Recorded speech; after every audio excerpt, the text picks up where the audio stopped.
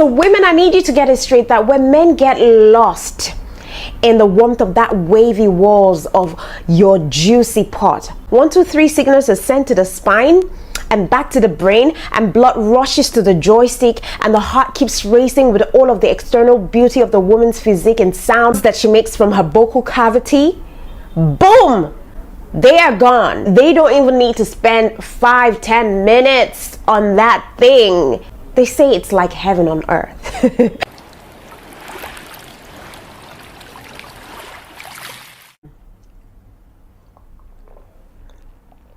Hey loves, welcome to my channel. My name is Jane Lawrence and I'm into the business of teaching married couples and lovers all over the world what there is to know about love, sensuality and all of that good stuff in the bedroom for the betterment of their relationship in that regards. And I'm hoping that if this is your first time, you're going to love the channel, subscribe and hit the notification bell to be notified whenever I post a video, and hopefully that you learned something new today. Alright, today I will be focusing on the art of lovemaking, but first I need to set it straight that lovemaking is a beautiful act and one that needs to be talked about comfortably. The problem is that we tend to shy away from speaking about it publicly, having discussion relating to intimacy, and that's because we grew up being told that it is a sin, it's not good, it's dirty to talk about it publicly. And I understand the context for which it was done. It was done with the intent to prevent teenage girls from getting pregnant or teenage boys from impregnating anyone, which is also a good method. But if only we taught them why it is such a bad timing to be engaged in such an act at that age, and not just scare them away from it without teaching them the basics. And that's why sex education is very important on all levels. What then happens is that our young ones now tend to get the information from wrong source or peer groups, and you know what, these kids grow up to being these adults who have made bad decisions, made mistakes, some of them getting scarred by other people's actions towards them, or they grow up to being ignorant and totally clueless about their own bodies, or they get their minds controlled by the media. Well, what I'm trying to say in essence is that a lot of what we know about lovemaking was out of sheer knowledge we got from peer groups growing up, of which most of them were totally wrong, and thus we grew up not understanding the human anatomy, what makes a man come quicker and what makes a woman come late. Alright? Trust me, that's why most men don't know how and why it takes ages for women to arrive. Neither do women know how to please their men. Of course, there is no denying of the fact that there is an orgasm gap between men and women, and that's existentially so because both sexes are built differently by God. Women, our erogenous spots are buried like treasures, alright? And it only needs men who are skillful, who are attentive and patient to unlock those spots, or I call them treasure spots. Talk about the A spot and the G spot. They're buried, all right? But unlike the men, men's erogenous spots are mostly external, and that of the females are more internal. And that's why for men, the average time between the sheets is anywhere from 2 to 5 minutes, while for the female, it's longer than that, about 20 minutes or so, before climaxing. Or just simply unique as women. And the truth is that women's ability to come quicker than 20 minutes is dependent on so many factors, but primarily it's majorly dependent on her, so much as it is dependent on men as well too, because a female orgasm is very much a woman's own conscious effort momentarily being put into play with a level of concentration for it to happen. All right, it's ever so much a mental thing, but nevertheless it has to be nudged by how her man pleasures her. All right, I agree that most women don't even know how to get off by themselves, or even know what gets them off, let alone teach her man how she wants to be touched. So if we talk about women not being able to reach their climax, it's our fault as much as the men's. Some women just like to put it solely on the men. I'm sorry, that's just bias. I would explain this to you.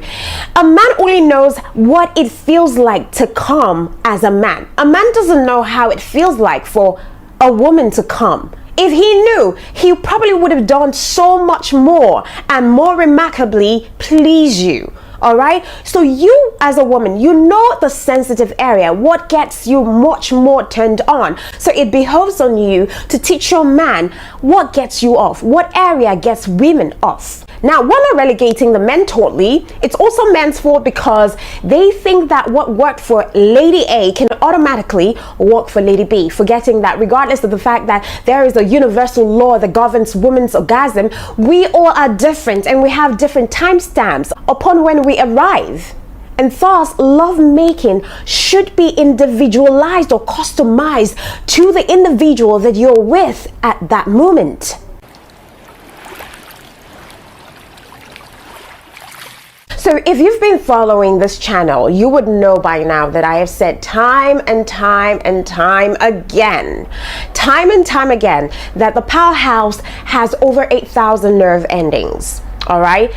8,000 sensory nerve endings. And that's the reason why most women can reach their climax through the powerhouse than the main juicy pot.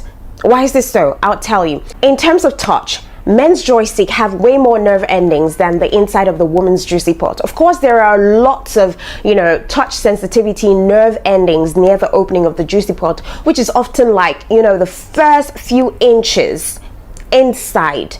But deeper inside the juicy pot, the nerve endings are fewer, and that's why women most times find it difficult to come if you focus on just penetration alone. So the nerve endings that you should be focused on more are the 8,000 nerve endings situated in her powerhouse. And it's called the powerhouse primarily because it's the source of sexual pleasure for women.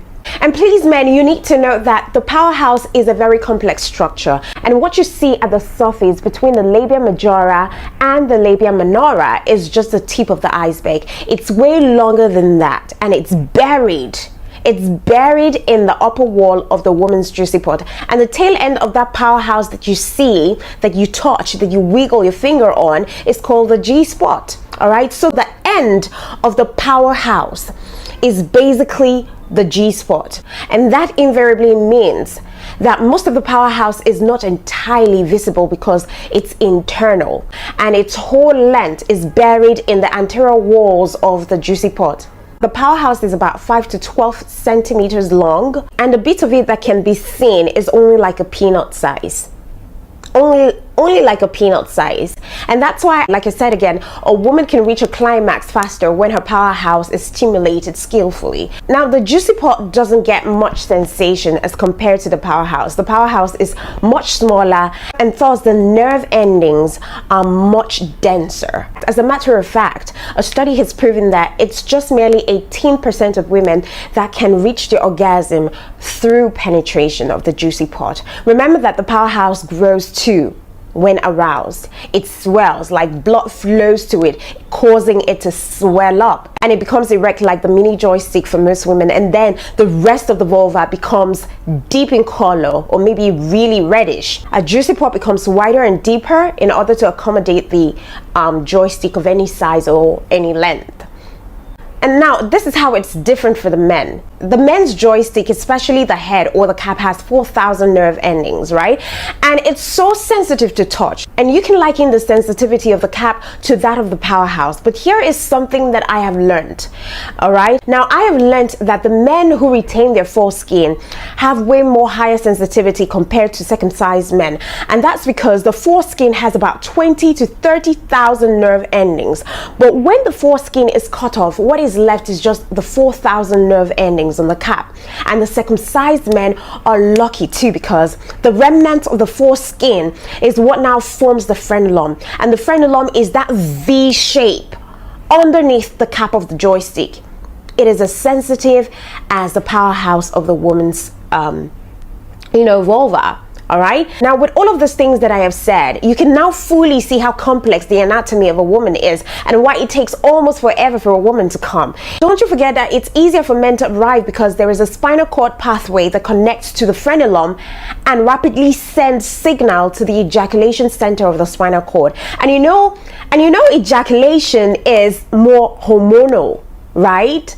It's more hormonal and more mental than you think it is. So women, I need you to get it straight that when men get lost in the warmth of that wavy walls of your juicy pot, 1, 2, 3 signals are sent to the spine, and back to the brain, and blood rushes to the joystick, and the heart keeps racing with all of the external beauty of the woman's physique and sounds that she makes from her vocal cavity.